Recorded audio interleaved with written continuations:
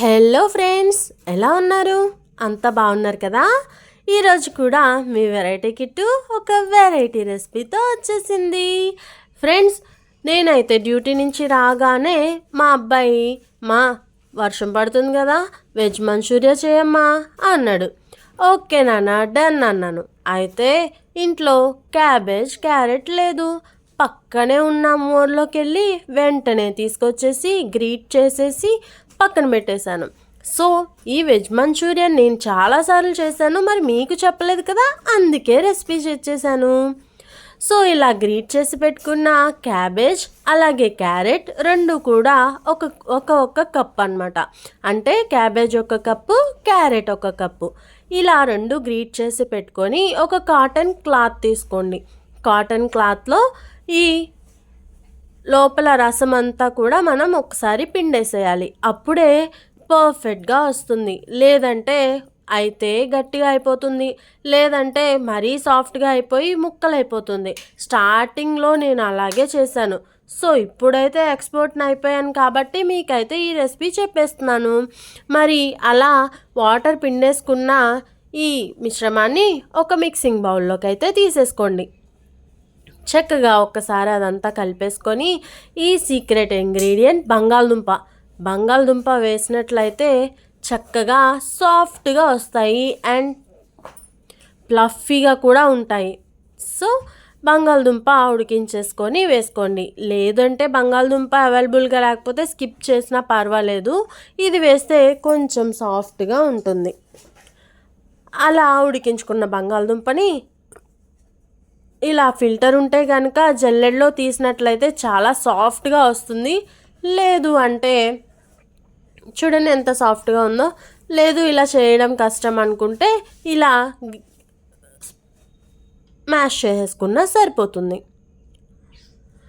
కాకపోతే ఎక్కడ కూడా గెడ్డలు లేకుండా చక్కగా మ్యాష్ చేసేసుకోవాలి. ఆ తర్వాత ఆ మిశ్రమాన్ని మన క్యాబేజ్ దానిలో వేసేయండి. తర్వాత మరి ఈ మిశ్రమం అంతా బైండ్ అవ్వాలి కదా, 2 చెంచాల కార్న్ఫ్లోర్, అలాగే 2 చెంచాల మైదా, అలాగే 2 చెంచాలు సాల్ట్, అంటే రుచికి సరిపడినంత సాల్ట్ వేసి చక్కగా ఈ మిశ్రమం అంతా కూడా బాగా గట్టిగా నలుపుతూ చక్కగా మనకి ముద్ద అయ్యేలాగా కొంచెం వాటర్ యాడ్ చేసుకుంటూ కలిపేసుకోండి. చపాతీ పిండి ముద్ద ఉంటుంది చూసారా, అలాగా. అయితే ఎక్కువ వాటర్ వేయద్దు, తక్కువ వాటర్లోనే మీరు ఎక్కువ పిండే కొద్దీ కూడా పిండి చక్కగా బైండ్ అవుతూ ఉంటుంది.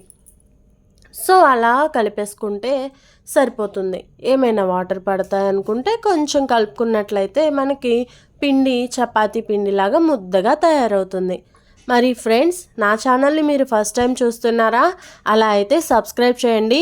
ఎన్నో వెరైటీ రెసిపీస్ అప్లోడ్ చేసి ఉంచాను. సో మీరు కూడా పర్ఫెక్ట్గా చేయాలి అంటే ఈ వెరైటీ కిట్టు ఛానల్ని ఫాలో అయిపోతే సరిపోతుంది. ఏదైనా ఈవినింగ్ స్నాక్స్ అయినా ఏదైనా కూడా ఇందులోనే ఉంటాయి. సో మనకి పిండి గట్టిగా వచ్చిన తర్వాత ఇలా బాల్స్ లాగా చేసేసుకోవాలి. కొంచెం చెయ్యి తడిగా ఉన్నట్లయితే ఈజీగా బాల్స్ వచ్చేస్తాయి. చూసారా, పర్ఫెక్ట్గా బాల్స్ చేసేసుకోండి. అలా మిగిలిన పిండి అంతా కూడా రౌండ్గా బాల్స్ చేసేసుకొని పక్కన పెట్టేసుకొని ఒక బాణలీలో మనకి డీప్ ఫ్రైకి సరిపడినంత ఆయిల్ వేడి చేసేసుకోవాలి. అలా వేడి చేసిన తర్వాత మీడియం ఫ్లేమ్లో పెట్టేసుకొని మనం తయారు చేసుకున్న బాల్స్ అన్నీ కూడా వేడి చేసేయాలి. అంటే డీప్ ఫ్రై చేయాలి.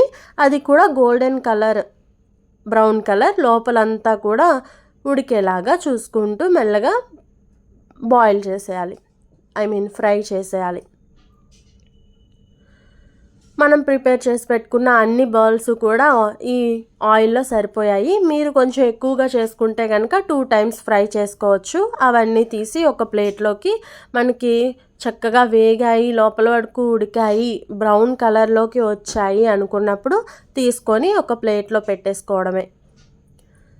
చూడండి, భలే ఉన్నాయి కదా. మా పిల్లలైతే ఇలా విడిగానే తినేస్తామంటారు. అయితే మంచూరియా అయితే ఇంకా ఎంజాయ్ చేస్తారు. ఇలా వేయించేటప్పుడు వచ్చి ఒక్కొక్కటి తీసుకుంటూ ఉంటారులేండి మధ్యలో. చిన్నపిల్లలు ఉంటే అంతే కదా ఇంట్లో. మరి మీ ఇంట్లో చిన్నపిల్లలు చేసే అల్లర్లేంటో మరి నాతో షేర్ చేస్తారా? షేర్ చేయండి. మనం హ్యాపీగా నవ్వేసుకుందాం. ఇలా ఫ్రై చేసి పెట్టుకున్న బాల్స్ అన్నీ కూడా తీసి ఒక ప్లేట్లోకి తీసి పక్కన పెట్టేసుకోండి. ఆ తర్వాత బాణలీలో ఒక 3 స్పూన్ల ఆయిల్ వేసుకొని వెల్లుల్లి ఒక 3 రెబ్బలు చిన్నగా కట్ చేసుకున్నాను. అలాగే ఒక అంగుళం అంతా అల్లం కూడా కట్ చేసుకున్న, ఒక్క పచ్చిమిర్చి వేస్తున్నాను. సో మీరు కొంచెం కారం ఎక్కువ తినేటట్లయితే ఒక 2 నుంచి 3 పచ్చిమిర్చి వేసుకున్నా కూడా పర్వాలేదు. మాకైతే పిల్లలు తినాలి కాబట్టి నేను ఒక్క పచ్చిమిరపకాయ వేసేసి చక్కగా ఇవి పచ్చివాసన పోయి ఫ్రై అయ్యేంత వరకు కూడా చూసేయాలి. ఆ తర్వాత ఒక్క ఉల్లిపాయ చక్కగా చాలా చిన్నగా ఫైన్గా మనం కట్ చేసుకోవాలన్నమాట.